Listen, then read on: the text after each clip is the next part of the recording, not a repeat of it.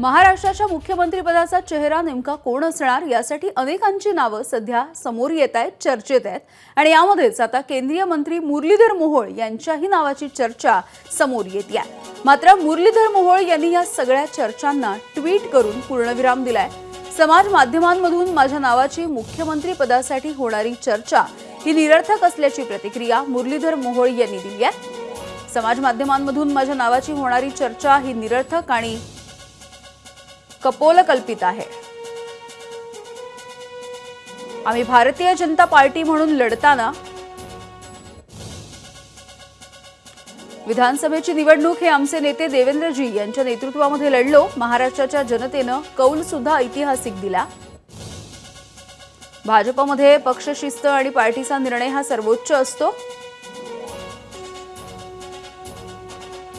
म्हणूनच माझ्या नावाची सोशल मीडियामध्ये होणारी चर्चा ही अर्थहीन आहे असं त्यांनी म्हटलंय।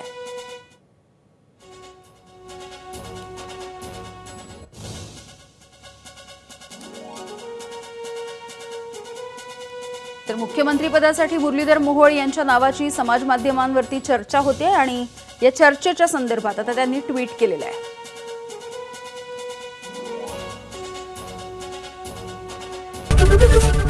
एबीपी माझा, उघडा डोळे बघा नीट।